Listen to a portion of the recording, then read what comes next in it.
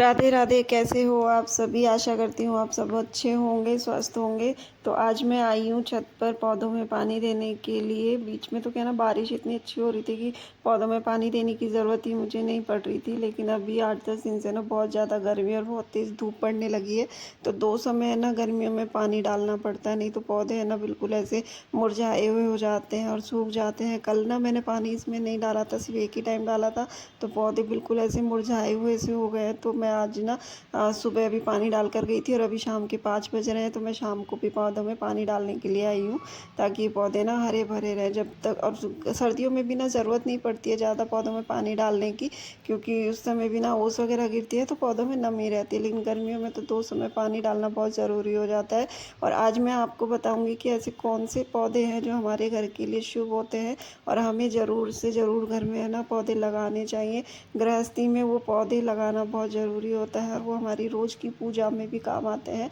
तो ऐसे कौन से पौधे हैं जो हमारे घर में ज़रूर होने चाहिए। और अगर आपके पास में जगह है तो आप बहुत सारे पौधे अपने घर में लगाइए, क्योंकि पेड़ ही ना हमारा जीवन है। पेड़ पौधे हैं ना हमें ऑक्सीजन, भोजन और शुद्ध हवा पौधों से है ना हमें मिलती है। वातावरण शुद्ध होता है, प्रदूषण कम होता है। पेड़ पौधे है ना हमारी हवा को शुद्ध करते हैं और वातावरण को भी ठंडा करते हैं। तो पेड़ों का है ना हमारे जीवन में बहुत महत्व है। तो पेड़ पौधे हैं ना, अगर आपके पास में जगह है तो आप ना बहुत सारे पौधे अपने यहाँ पर लगाइए। पेड़ पौधे लगाना बहुत ज़रूरी है।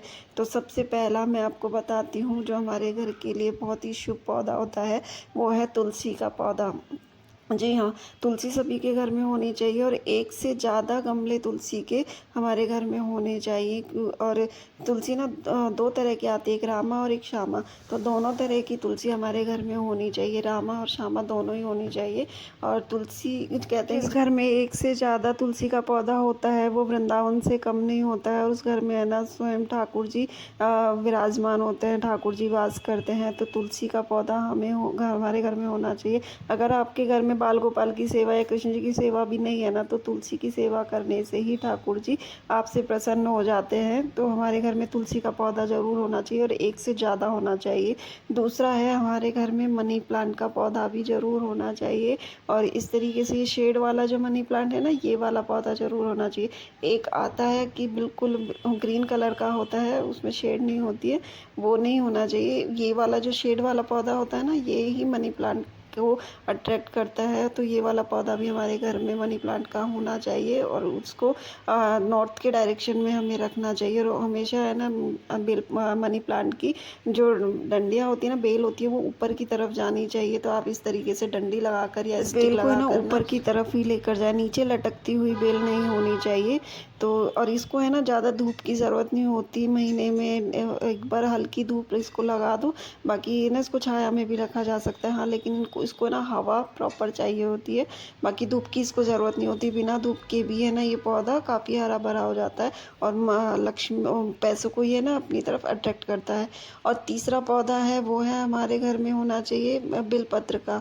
जी हाँ, बिलपत्र का पौधा या पेड़, सॉरी पेड़ ही बोलेंगे क्योंकि काफ़ी बड़ा होता है। तो बेलपत्र का पेड़ भी ना हमारे घर में होना चाहिए। मैं कच्ची ज़मीन तो है ना है नहीं, तो इसीलिए गमले में लगाया। और छोटे से गमले में भी आप देख रहे हो ना कितना हरा भरा और एक भी पत्ता ना कटा फटा नहीं है और इतना सुंदर सुंदर इसमें ना बेलपत्र के पत्ते आ रहे हैं। तो ये भी है ना घर में ज़रूर होना चाहिए। कहते हैं जिस घर में बेलपत्र का पेड़ होता है उस घर में शिव जी की कृपा सदा बनी रहती है और शिव जी उस पर हमेशा कृपा बरसाते हैं। और बेलपत्र की सुबह शाम दोनों समय हमें पूजा करनी चाहिए। शाम को इसमें दीपक जलाना चाहिए इसकी जड़ पे, और सुबह इसमें 1 लोटा जल और कच्चा दूध काले तिल डालकर है ना हमें पूजा करनी चाहिए। मेरे यहाँ तो है ना पता नहीं कितने सारे बेलपत्र के पेड़ लगे हुए हैं, 3-4 गमले हैं बेलपत्र के। और उसमें है ना इतने ही सुंदर सुंदर भी है ना कटे फटे ना बेलपत्र के पत्ते आ रहे हैं, बहुत सुंदर होते हैं। और इनको तोड़कर ना शिव जी को भी चढ़ाया जाते हैं। इनको तोड़ने का नियम होता है, इनको एक तो हमें है ना शाम के समय बेलपत्र के पत्ते नहीं तोड़े जाते हैं। दूसरा, चतुर्थी को, अष्टमी को, प्रदोष को, महीने में 2 प्रदोष होती है, त्रयोदशी तिथि जिसे बोलते हैं। तो प्रदोष को, अमावस्या को, पूर्णिमा को और सोमवार को बेलपत्र को तोड़ा नहीं जाता है। और जब भी आप तिथियों को तोड़ते हैं तो आपको दोष लगता है। इन तिथियों को छोड़कर ना आप कभी भी बेलपत्र को तोड़ सकते हैं और सुबह के समय ही इन पत्तों को तोड़ा जाता है और भोलेनाथ को चढ़ाया जाता है। तो देखिए कितने सुंदर सुंदर ये पौधा पेड़ मेरा लग रहा है, बिल्कुल मतलब एक भी पत्ता है ना कटा हुआ नहीं है। और मेरे यहाँ पर ना 3-4 गमले लगे हुए हैं इसके बेलपत्र के ना। तो आप ये मानिए भोले बाबा की ना बहुत कृपा है, और सभी पत्ते बहुत सुंदर सुंदर है सभी गमलों में। और देखिए दूसरा भी गमला है ना, इसमें भी बहुत सुंदर सुंदर पत्ते हैं। तीसरा पौधा होता है वो है हमारा सफ़ेद आकड़े का। इसे श्वेत आर्क का भी पौधा बोला जाता है। सफ़ेद आकड़ा, आकड़े दो तरह के होते हैं, एक जंगली आकड़ा होता है और एक ये सफ़ेद आकड़ा होता है। जो सफ़ेद आकड़ा होता है ना, उसमें कहते हैं कि गणेश जी का साक्षात निवास माना गया है सफ़ेद आकड़े में। तो ये भी पौधा हमारे घर में होना चाहिए और इसकी हमेशा पूजा करनी चाहिए। सुबह इसमें कच्चा दूध और जल डालकर और शाम को इसमें एक घी का दीपक ना हमें इसकी जड़ में जल के नीचे लगाना चाहिए। अभी तो ये ना पौधा छोटा है, इसको जब दूसरे गमले में लगाएंगे और जब ये 6-7 फीट का जब ये पेड़ हो जाता है ना, तो कहते हैं कि इसकी जड़ में है ना अपने आप ही गणेश जी की आकृति में एक जड़ में से है ना एक लकड़ी निकलती है। वो बिल्कुल गणेश जी की शेप में बने होते हैं, उसी तरीके से आँख नाक सूंड सब कुछ बिल्कुल गणेश जी की आकृति का बना होता है। और जब उस जड़ को निकाल के, और वो गणेश जी की जो आकृति निकलती है ना अलग से साइड में निकलती है, उसको निकाल के और उसे घर में लाकर और गंगा जल से धोकर उसका पूजन करके लाल कपड़े में बांधकर अपनी तिजोरी में रखने से घर में हमेशा, आपके घर में ना हमेशा गणेश जी की रिद्धि सिद्धि की कृपा हमेशा बनी रहती है। तो ये पेड़ भी हमारे घर में ज़रूर होना चाहिए और इसकी जड़ में हमेशा रोज घी का दीपक हमें ज़रूर लगाना चाहिए।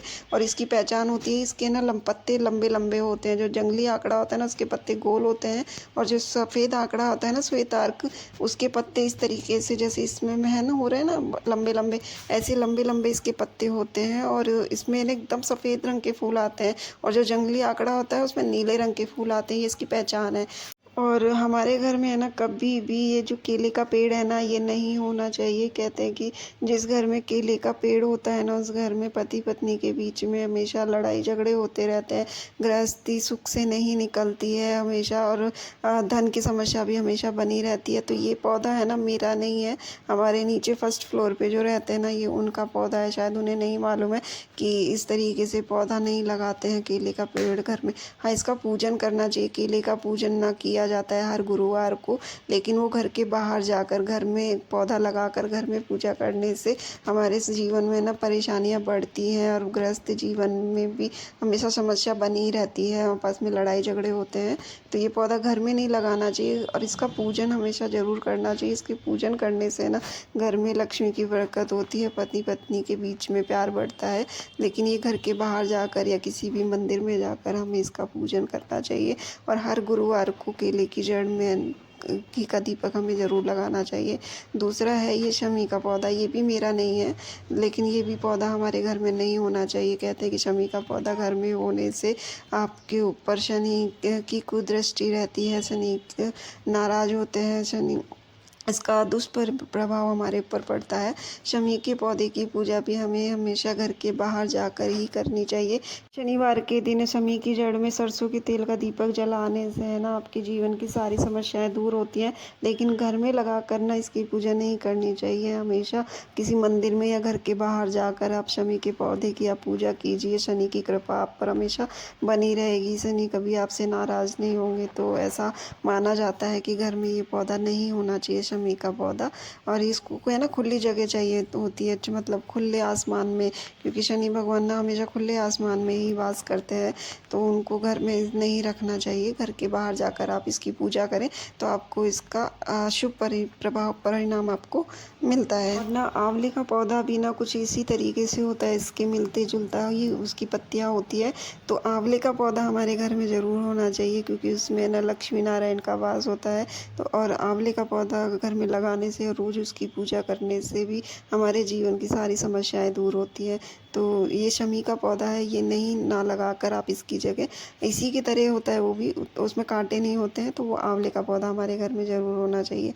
और फ्रेंड्स आप मुझे ना ये बताइए, ये पौधा मैं ये वाला जो पेड़ है ना इसके बारे में मुझे कोई जानकारी नहीं है, ये कौन सा पेड़ है, आप मुझे इस कमेंट करके बताइए कि इस पेड़ का नाम क्या है। और दूसरा है ये वाला जो पौधा है ना, ये भी मुझे बहुत सुंदर लगता है, लेकिन मुझे इसका नाम नहीं मालूम है। इसे कौन सा पौधा बोला जाता है, अगर आपको जानकारी है तो मुझे कमेंट बॉक्स में कमेंट करके बताइए। तो ये कुछ पौधे हैं। वैसे अगर आपके पास जगह है तो आप ना बहुत सारे पौधे अपने घर में लगाइए, क्योंकि पेड़ पौधों का ना हमारे जीवन में बहुत महत्व है, बहुत इम्पोर्टेंट होते हैं। और अगर जगह नहीं है तो कम जगह में आप ये कम से कम ये 5 पौधे जो मैंने बताए हैं ना, ये तो आपके घर में ज़रूर होने चाहिए, और ये हर गृहस्थी के घर में ज़रूर होने चाहिए, क्योंकि ये है ना हमारी पूजा में, रोज़ की पूजा में ना हमारे काम आते हैं। और इन पौधों की पूजा करने से है ना आपके ऊपर भगवान की हमेशा कृपा बनी रहती है, आपके ऊपर सभी पर देवी देवताओं का आशीर्वाद बना रहता है। तो बस यही छोटी सी जानकारी मुझे आपको इस वीडियो के माध्यम से देनी थी। तो आपको ये मेरा वीडियो कैसा लगा प्लीज़ कमेंट करके बताइए, और आप मुझे प्लीज़ ज़रूर ये भी बताइए कि ये कौन सा पौधा है, इस पौधे का क्या नाम है। मुझे ये पौधा ना बहुत सुंदर लगता है, लेकिन मुझे इसका नाम नहीं मालूम है। अगर आपको जानकारी है, आप जानते हैं, तो मुझे बिल्कुल इसका नाम कमेंट बॉक्स में ज़रूर बताइए। तो मिलते हैं नेक्स्ट वीडियो में एक नई जानकारी के साथ। और हाँ, एक बात और मैं आपसे कहना चाहूँगी कि मेरी हर वीडियो में चाहे छोटी सी ही सही कोई ना कोई जानकारी ज़रूर होती है, इसीलिए आपसे रिक्वेस्ट है कि आप मेरे चैनल को प्लीज़ सब्सक्राइब कीजिए, लाइक कीजिए, कमेंट कीजिए और आगे भी शेयर कीजिए। क्योंकि मेरी हर वीडियो में ना मैं कुछ ना कुछ, चाहे एक ही छोटी सी जानकारी दूँ, लेकिन ज़रूर होती है। कभी वो मैं शुरू में दे देती हूँ, कभी बीच में या कभी लास्ट में। तो आप मेरे वीडियो को फुल वॉच कीजिएगा। थैंक यू मेरे वीडियो को पूरा देखने के लिए, और प्लीज़ मुझे कमेंट करके ज़रूर बताइएगा इस पौधे का क्या नाम है, क्योंकि मुझे बहुत सुंदर लगता है ये पौधा। मैं जब भी ऊपर आती हूँ ना, मेरी नज़र ना इसी पौधे पे रहती है, तो लेकिन मुझे इसका नाम नहीं मालूम है। और तो मिलते हैं नेक्स्ट वीडियो में एक नई जानकारी के साथ, एक नई वीडियो के साथ, एक नए ब्लॉग के साथ। तब तक के लिए सभी को राधे राधे, बाय बाय।